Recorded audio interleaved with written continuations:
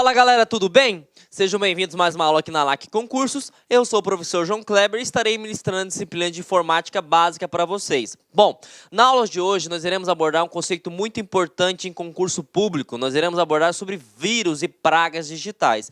Seria a continuação, da aula anterior que nós vimos sobre os princípios da segurança da informação, que é a CIDA, Confidencialidade, integridade, disponibilidade e autenticidade. Na aula de hoje nós iremos abordar como que nós conseguimos quebrar esses princípios. Como é uma aula muito extensa, para facilitar o entendimento de vocês, o que nós realizamos, tá? Duas partes. A primeira parte será focada para malware, todos os softwares, que utilizam de formas ilícitas. E na segunda parte, nós iremos abordar sobre os ataques. Então, vejam só. Nós iremos trabalhar com todas as ameaças que quebram segurança da informação e dividido em duas partes. Bom, professor, o que seria uma ameaça? Uma ameaça é todo evento, que seja de forma voluntária ou involuntária ou através de fenômenos naturais que consegue quebrar os princípios da segurança da informação. E a primeira coisa que você precisa saber, existem ameaças involuntárias. O que seriam ameaças involuntárias? Por exemplo, um cracker, e aí você tem que lembrar da aula passada. Cracker é a pessoa que age de forma ilícita, E hacker é uma pessoa do bem. Então, um cracker, ele age utilizando uma técnica chamada engenharia social. E o que seria engenharia social? É a forma, gente, que você consegue ludibriar uma pessoa. Então, vejam só, se uma pessoa foi enganada, e sem querer ela passou uma informação sigilosa, ela não teve, digamos assim, a vontade de cometer aquele crime. Então a gente chama de ameaça involuntária. Agora, imagine que uma pessoa está insatisfeita com o seu serviço, não recebeu a promoção que tanto gostaria, e ele fala o seguinte: quer saber? Vou pegar esse relatório e vou passar para concorrente. Ou, eu trabalho num órgão público, vou divulgar essas informações sigilosas na imprensa. Quando ele age de forma sabendo que pode acontecer, isso se chama uma ameaça voluntária. Agora, vamos pegar um grande exemplo que aconteceu, A catástrofe no ano de 2001, as Torres Gêmeas. Foi algo que praticamente ninguém imaginaria que ia acontecer, Ocorreu um evento de terrorismo, uma catástrofe, E aí pode ser também a questão de tsunami, a questão de incêndio, enfim. Tudo isso que a gente não pode prever e acontece, isso são chamados de catástrofes naturais e ameaças naturais, tá bem? Então vejam só, quando a gente fala de ameaças, pode ser três tipos de ameaças: voluntária, quando você age sabendo que pode ocorrer; involuntária, quando você é enganado, normalmente utilizando a técnica de engenharia social; e terceiro, as ameaças naturais, que você não pode presumir que isso vai acontecer. Bom, sabemos então quais são os tipos de ameaça, e aí você vai entender o seguinte: para que ocorra essa ameaça, eu preciso de dois componentes, gente? E quais são esses componentes? Os códigos maliciosos, que são chamados de malware, e se você utiliza um código malicioso, você vai fazer o quê? Um ataque. E ataque seria a técnica para obter essas informações privilegiadas. Então, lembrando, quando você trabalha com ameaça, existem dois funcionamentos, existem dois pilares. Quais são os pilares? Os códigos maliciosos, os sistemas utilizados e a forma que se dá esse ataque. Nessa primeira parte, gente, nós iremos abordar todos os códigos que são utilizados para obter informações privilegiadas, para quebrar informação, para eliminar, neutralizar essas informações, enfim. Quais são as pragas digitais que caem em concurso?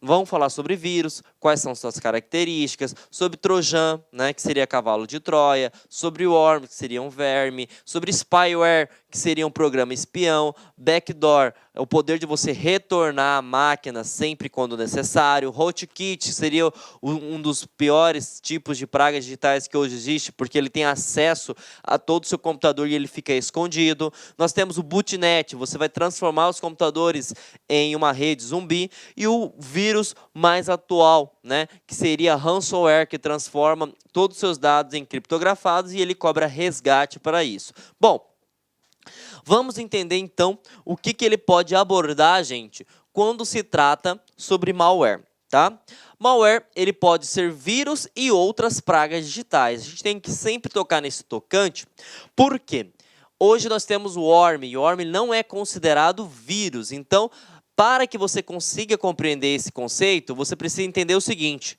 que o vírus, gente, ele tem 3 características. Quais são essas 3 características, professor? O vírus ele é autoexecutável, né? Sempre quando eu falo sobre autoexecutável, eu quero dar um exemplo da minha mãe para vocês. A minha mãe fala o seguinte, quando eu falei para ela que iria para a carreira de informática, ela me disse uma coisa muito importante. Ah, meu filho, as máquinas vão dominar o mundo, que não sei o quê, que não sei o quê, que não sei o quê. O que eu quero que vocês compreendam? A máquina não vai dominar o mundo, porque eu é que mando na máquina, e o vírus é a mesma coisa. Então a pessoa fala assim, ah, o vírus entrou na minha máquina. Não. Não, senhor. O vírus não entrou na sua máquina. Foi você que deu a liberdade para ele. Você sabe por quê, gente? Todo vírus ele é autoexecutável. Eu preciso dar o sim para ele entrar na minha máquina. E aí eu vou dar um exemplo de um vírus que aconteceu lá no final da década de 90, que ficou muito famoso, que é chamado de vírus I Love You. Tá? Como se passou esse vírus? Bom, no Dia dos Namorados, todo mundo recebeu na sua caixa de e-mail, né, um título de e-mail falando o seguinte, veja as fotos do nosso primeiro encontro. E aí eu te pergunto, você tem namorada? Você tem namorado? Você tem uma paquera? Você tem um ficante? Não. Para que você vai abrir, então, essa foto? E aí, a foto é a isca para você instalar um tipo de vírus. Então, a pessoa imagina, né, ser uma foto na qual vai ter um encontro, só que quando ele clica para abrir o anexo, ele simplesmente está auto-executando um código malicioso. Então, veja, se a pessoa não tivesse aberto o e-mail, pegaria o vírus? Não pegaria. Então, isso que eu quero que vocês compreendam para o concurso público. Um vírus, ele não entra na sua máquina sem que você dê o sim para ele.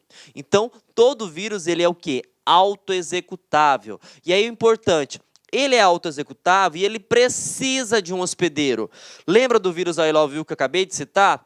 O que seria o hospedeiro? A imagem. Então, a pessoa imagina que aquela imagem seja uma imagem real, só que por trás dessa imagem tem uma praga digital, um malware, que vai instalar dentro do seu computador. E outra coisa, uma vez que você pegou esse vírus, né, o vírus, gente, ele se propaga infectando. Imagine o seguinte, aqui tem 3, 4 máquinas no estúdio da LAC, certo?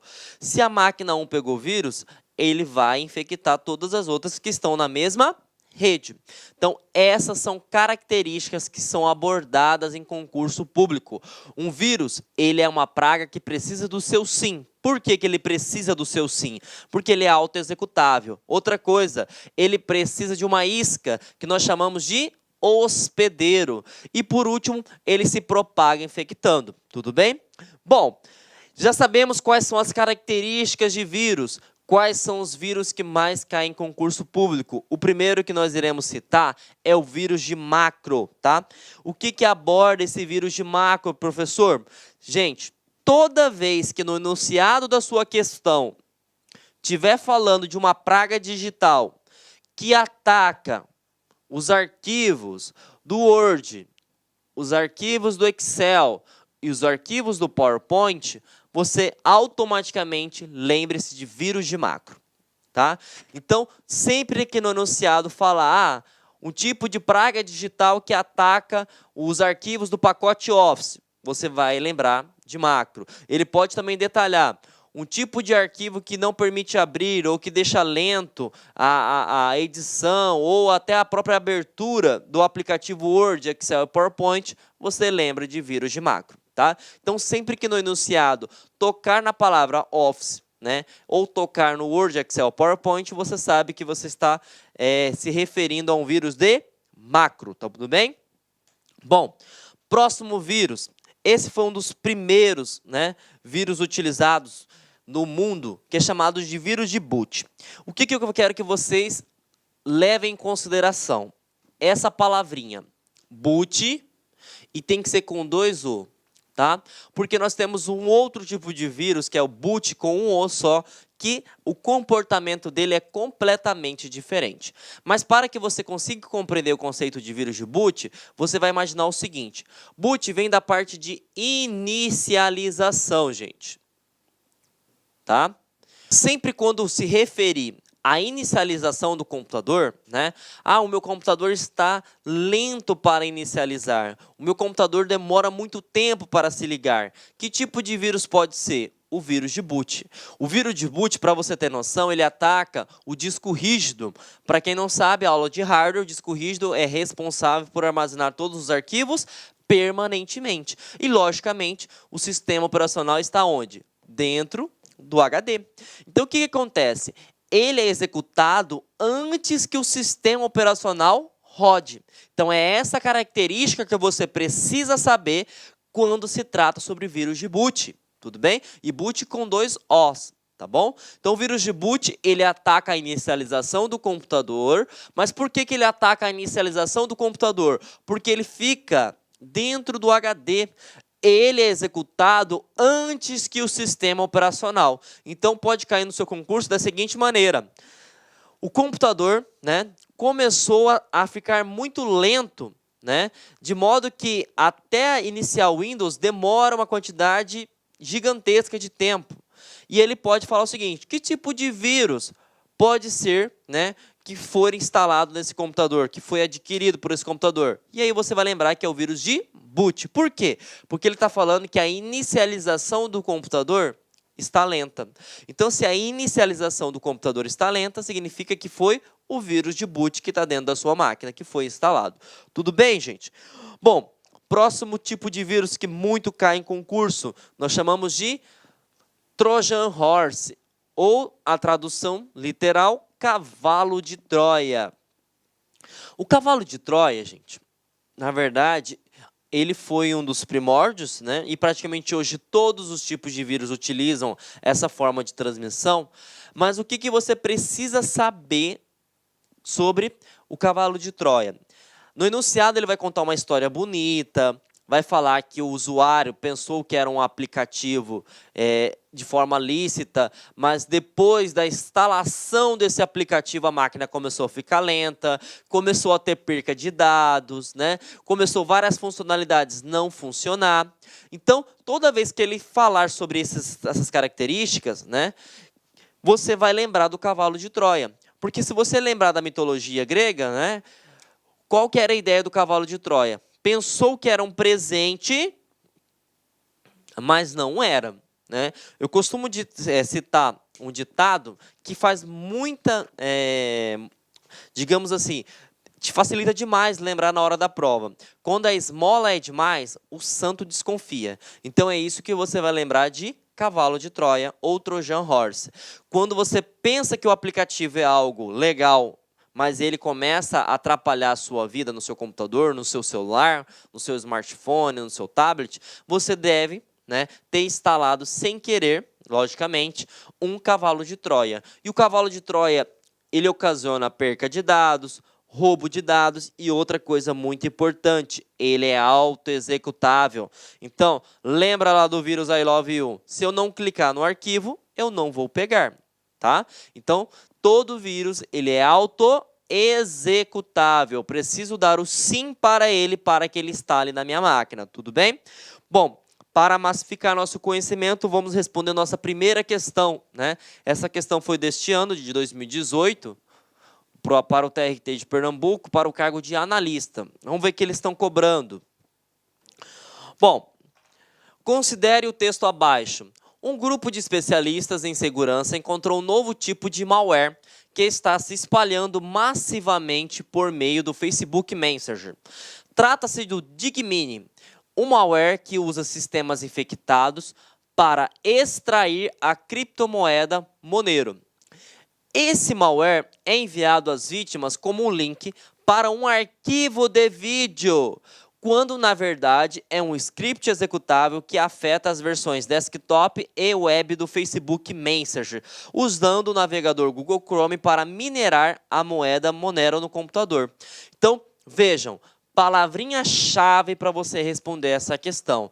O usuário imaginou que era um arquivo lícito. O usuário imaginou que seria um arquivo de vídeo, mas ele não é um arquivo de vídeo. Então, logicamente, você já consegue responder essa questão. Porque quando se trata de segurança da informação, gente, é uma sopinha de letra. Então você precisa entender o conceito. Nessa parte do conteúdo de informática, não existe probabilidade de erro. Existe conceito e conceito. Somente isso. Então, se ele falou que parece que é um arquivo e não é, nós sabemos que é o Trojan Horse, também chamado de cavalo de Troia. Então, gabarito alternativa A. Ah, professor, mas o que é backdoor, o que é adware, rootkit e ransomware? Nós iremos abordar cada um, mas de forma específica, de forma detalhada. Então, aqui você precisa entender o conceito, tudo bem? Então, falou que era algo lícito e não é, falou que você baixou pensando que era uma coisa e não era, estamos falando de cavalo de Troia, tudo bem?